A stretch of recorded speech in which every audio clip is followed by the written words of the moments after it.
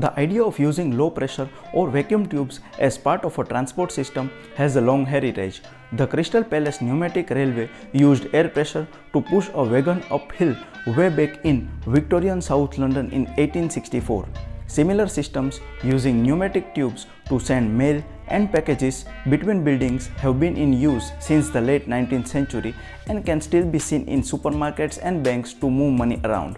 However, it was entrepreneur Elon Musk who really reignited interest in the concept with his Hyperloop Alpha paper in August 2013. So how a modern system would work?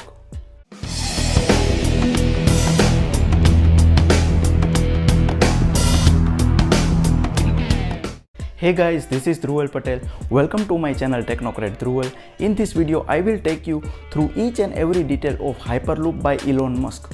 Watch this video till the end cause it's going to get more and more informative. So without any further ado, let's get started. Hyperloop is a new form of ground transport currently in development by a number of companies. It could see passengers traveling at over 700 miles an hour in floating pod which races along inside giant low pressure tubes either above or below the ground. There is a big difference between Hyperloop and traditional rail. Firstly, the pods carrying passengers travel through tubes or tunnels from which most of the air has been removed to reduce friction. This should allow the pods to travel at up to 750 miles per hour. Secondly, rather than using wheels like a train or car, the pods are designed to float on air skis, using the same basic idea as an air hockey table or using magnetic levitation to reduce friction. Supporters argue that Hyperloop could be cheaper and faster than train or car travel and cheaper and less polluting than air travel.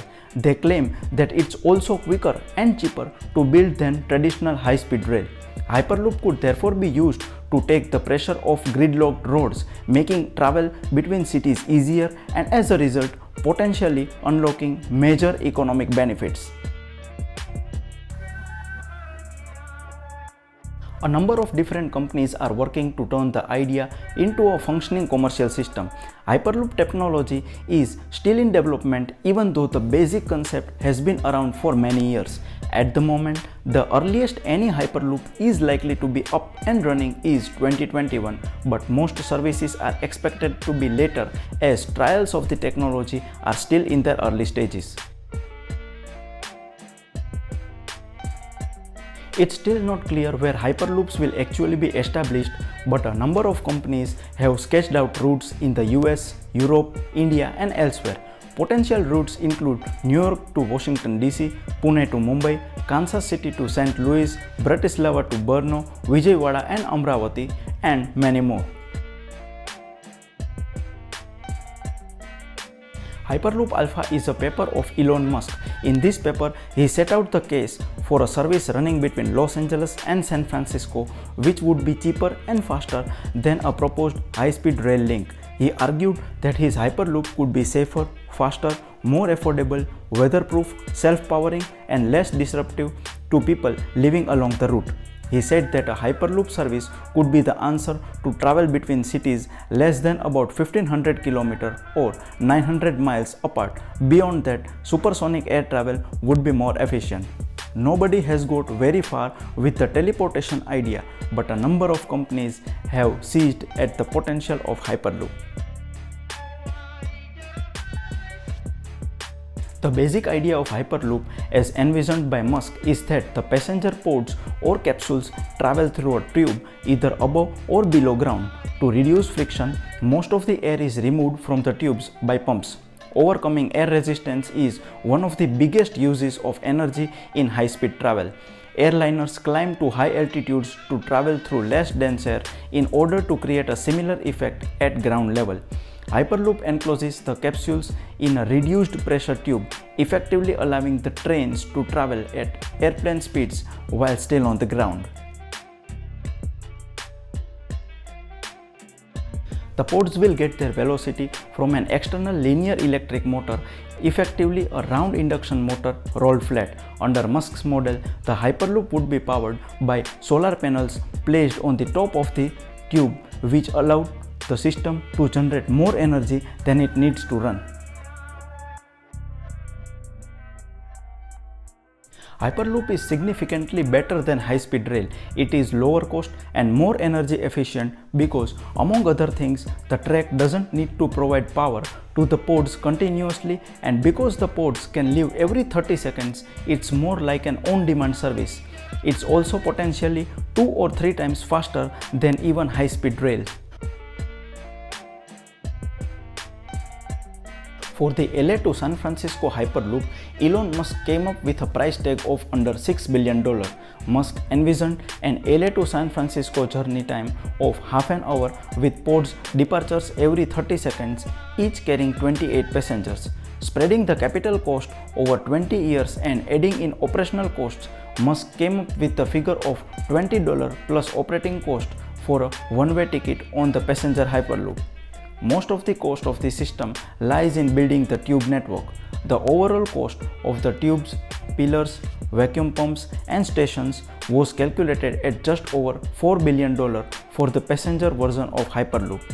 The cost of the capsules was put at around $1.35 million a piece with 40 needed for the service. The cost of this is around $54 million.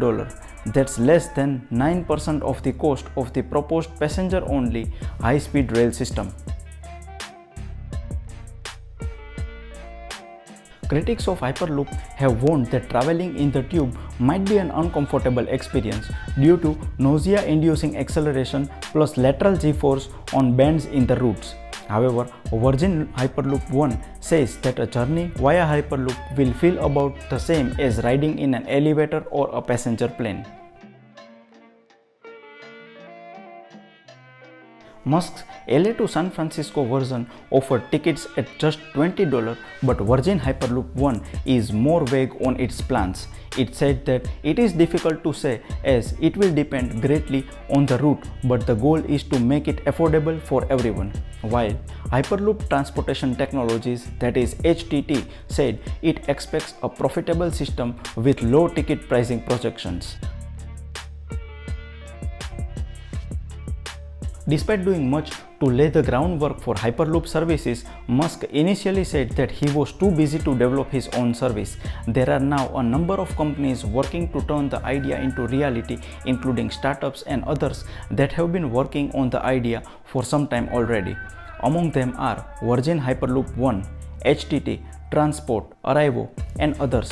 Each is developing a slightly different set of technologies, but the fundamental underlying idea remains the same. So guys, that's all from Hyperloop. I hope this video was useful to you. Support me by hitting the like button and do share this video with your friends and family. Please subscribe to my channel and don't forget to hit the notification bell to get notified whenever I upload new video. You can also follow me on Instagram at Technocrat_Dhruval. We'll see you guys in the next video. Till then, stay safe and stay motivated. Peace.